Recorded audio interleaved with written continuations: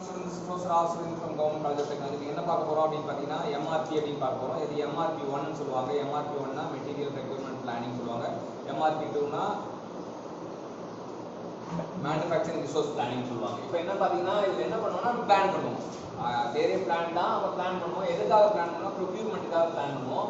ஆனா இங்க எடுத்துக்கிற ஐட்டம் வந்து டிபெண்டன்ட் டிமாண்ட் ஐட்டம்ஸ் னு சொல்லுவாங்க.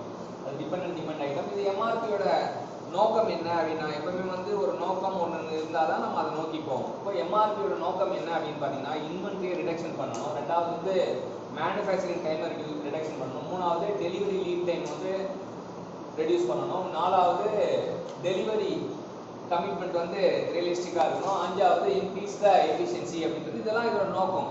எப்பவுமே ஒரு விஷயம் பண்ணோம்னா அதுக்கு ஏதோ ஒரு நோக்கத்தை நம்ம செட் பண்ணணும். பர்பஸ் ரொம்ப முக்கியம், அப்ஜெக்டிவ் வந்து முக்கியம். இன்புட் பார்த்தீங்கன்னா bill of material, master schedule, inventory record file, இது மூணு தான் வந்து இன்புட் சொல்றாங்க. Bill of material, master schedule, அப்புறம் இன்வென்டரி ரெக்கார்ட் ஃபைல். மாஸ்டர் ஷெட்யூல்னா என்னன்னா it's a complete time table. நம்ம ஃபினிஷ் ப்ராடக்ட்டுக்கு என்ன தேவைன்னு டிசைட் பண்ணுறது தான் complete time table. Production in ஃபியூச்சர்ல வந்து எவ்வளோ ப்ரொடியூஸ் பண்ண போறோன்றதுக்கான கம்ப்ளீட் டைம் டேபிள் தான் இதோட இது. இதில் என்னன்னா எவ்வளோ எத்தனை what product to be produce தெளிவாக இருக்கணும். இதான் பண்ண போறோன்றது. when is to be produced அப்படின்றது தெரியணும். அப்புறம் வாட் குவான்டிட்டி, ஃபைனல் ப்ராடக்ட்டுக்கு என்ன குவான்டிட்டி தேவை அப்படின்னு தெரியுமே தவிர அது வந்து ஒரு கொஸ்டின் கேட்கணும். சப் அசம்பிளிக்கு என்ன எத்தனை ப்ராடக்ட் அப்படி அது தெரிய தேவையில்ல.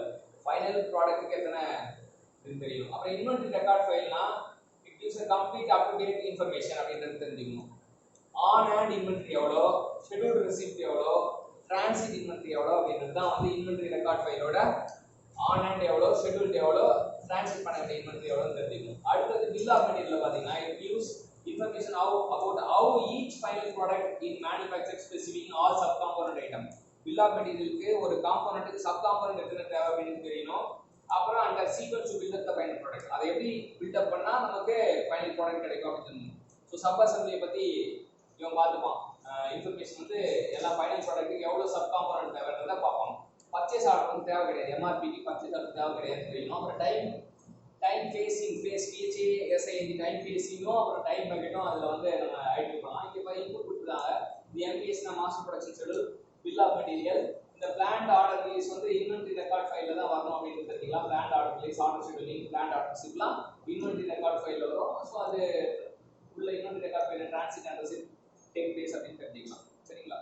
ஸோ இது வந்து இன்புட்டு, அதுக்கப்புறம் அது அப்ஜெக்டிவ், அதுக்கப்புறம் ஒவ்வொரு விஷயத்தோட கருத்தும் வந்து கரெக்டாக மைண்டில் வச்சுக்கிட்டோம்னா அந்த கேள்வி வரும்போது கேள்வி எப்படி வேணா வரும். ஸோ அதுக்கு ஏற்ற பதிலை நம்மளால அளிக்க முடியும். Thank you sir.